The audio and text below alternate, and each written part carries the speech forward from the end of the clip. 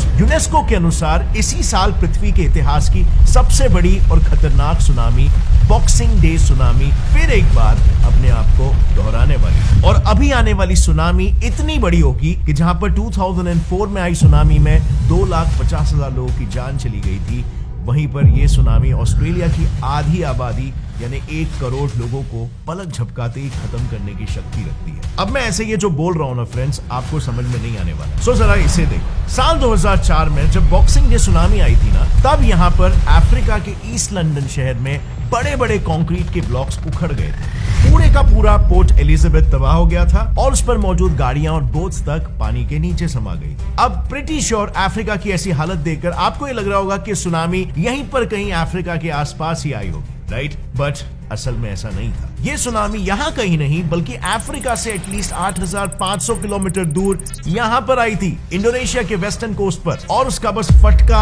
Africa पर पड़ा। Plus Africa में तो फिर भी सिर्फ 1.5 से 2 मीटर की ही सुनामी आई थी और सिर्फ उसमें ही इतना नुकसान हो गया। हालांकि इंडोनेशिया में सुनामी वेव की ऊंचाई 5 गुना ज्यादा अराउंड 10 मीटर्स थी, जो कि एक 3 मंजिले बिल्डिंग जितनी ऊंची होती है। यानी कि आप यहाँ पर खुद ही सोच सकते हो कि वहां पर किस हद तक चीजें तहस महस हुई हो। उस सुनामी में जिंदा बचे एक 17 साल के बच्चे का तो ये कहना है कि उस बहाव की मार ही इतनी खतरनाक थी कि उसी से वो बेहोश हो गया और जब उसे होश आया तो उसके चारों ओर बस पानी ही पानी था और हर जगह पर लाशों का ढेर खड़ा था। दरअसल हुआ ये था कि जब मार्थोनीस अपने दोस्तों के साथ बीच पर सॉकर खेल रहा था, तब अचानक से एक बड़ा सा भूकंप आया जिसकी आवाज किसी एरोप्लेन के ब्लास्ट जितनी जोरदार थी। यह आवाज सुनकर अपनी जान बचाने के लिए मार्थोनीस अपनी गाड़ी लेकर भागने तो लगा, लेकिन इससे पहले कि वो दूर निकल पाता, एक बड़ी काली लहर तेजी से उसके पास आई और उसकी गाड़ी के साथ टकरा गई। अब मार्थोनीस के अनुसार इस टक्कर का झटका इतना जोरदार था कि तुरंत ही वो बेहोश हो गया और जब उसे होश आया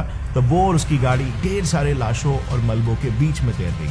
फिर जैसे तैसे करके मार्थोनीस बीच तक पहुंचा और मदद और खाने की उम्मीद में वहां पर भटकने लगा। यहीं से फिर पूरे 20 दिनों तक भटकने के बाद 21वें दिन उसे एक रेस्क्यू टीम द्वारा बचा लिया। अब लकीली मार्थोनीस तो बच गया, लेकिन यूसी इस सुनामी ने इंडोनेशिया के साथ साथ 12 और देशों पर अपनी छाप छोड़ी। एक रिपोर्ट के अनुसार पूरा इंडो पैसिफिक रीजन असल में वो रीजन है जहां पर समुद्र के नीचे the ring of fire subduction zone पड़ता है। ये एक ऐसा रीजन है जहां पर कई सारे टेक्टोनिक प्लेट्स आपस में टकराते रहते हैं और उससे होता यह है कि वहां पर कई सारी वोल्केनिक उथल पुथल मची रहती है। और यू नो फ्रेंड्स, ऐसा ही एक अनस्टेबल सबडक्शन जोन अभी रिसेंटली मेडिटेरेनियन सी में फिर से एक्टिवेट हुआ है, जो यूनेस्को के अनुसार 3 कॉन्टिनेंट्स, 21 कंट्रीज और उनके 40 से भी ज्यादा सिटीज को समुद्र में डुबाने वाला है। एक्चुअली ना फ्रेंड्स, यूनेस्को को इस बात का डर है कि ये सबडक्शन जोन एक ऐसी जगह है जहां पर पिछले सेंचुरी से लेकर अब तक ऑलरेडी 4 बार सुनामीज आ चुके हैं और जिसका रिकॉर्ड है कि वहां पर हर 100 सालों में एटलीस्ट एक सुनामी तो आता है। यहाँ पर रहने वाले लोगों को एडवांस्ड वार्निंग मिला है और उस हिसाब से वो कुछ रिस्पॉन्ड करे इसका कोई चांस ही नहीं। इस रीजन के लैंडलॉक्ड होने की वजह से सुनामी की लहरों को किनारे तक पहुंचने में ज्यादा सिर्फ कुछ मिनट्स लगेंगे।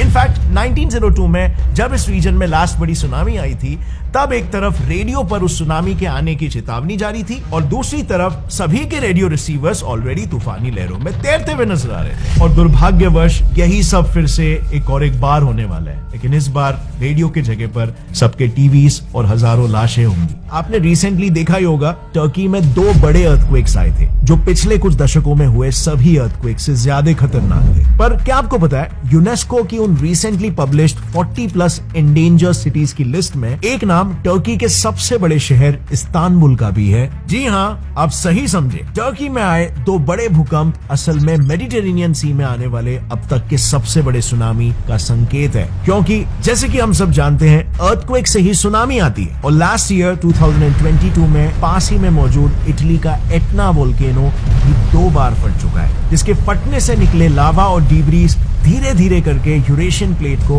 अफ्रीकन प्लेट के करीब ले जा रहे हैं। मतलब इन शॉर्ट, इस पूरे रीजन में किसी भी वक्त सुनामी आ सकती है। और वर्स्ट, आपको शायद ये पता नहीं होगा, पर साइंटिस्टों के अनुसार अर्थक्वेक के बाद जब एक सुनामी फॉर्म होती है, तब वो इतनी खतरनाक तबाही नहीं मचाती जितना समुद्र के किनारे मचाती है। Strange, right? वेल, स्ट्रेंज सिर्फ इसीलिए क्योंकि इन सुनामीज की शुरुआत सतह के ऊपर नहीं बल्कि जमीन के नीचे कई 100 किलोमीटर की गहराइयों में होती है, जहां से एक series of completely different waves एक दूसरे को मोमेंटम देके फाइनल सुनामी के लार्ज वेव्स बनती है। कि जो सबसे खास बात होती है वो ये कि इनके बनते वक्त ये बिल्कुल नॉर्मल लहरों के जैसे ही दिखती है, पर किनारों तक आते आते उनके साथ कुछ ऐसा होता है जिसकी वजह से एक सुनामी कई घरों को बहा ले जाए इतनी ताकतवर हो जाती है। बट यू नो व्हाट, आज हम सुनामी का अंदाजा पहले से ही लगा सकते हैं, वो भी बिना किसी इंस्ट्रूमेंट को यूज किए। डोंट फॉरगेट, सुनामी में कभी भी सिर्फ एक लहर नहीं आती कि वो चली गई और सब बच गए। ज्यादातर केसेस में ये देखा गया है कि सुनामी कई घंटों तक चल सकता है, और इसीलिए जब तक आपको सेफ्टी ब्रॉडकास्ट ना मिले तब तक नेचुरल हाई ग्राउंड्स में ही रहना सबसे ज्यादा सेफ माना जाता है। सो बस इन गाइडलाइंस को फॉलो करो और एटलीस्ट सुनामी से तो अपनी जान बचाओ, क्योंकि 2025 में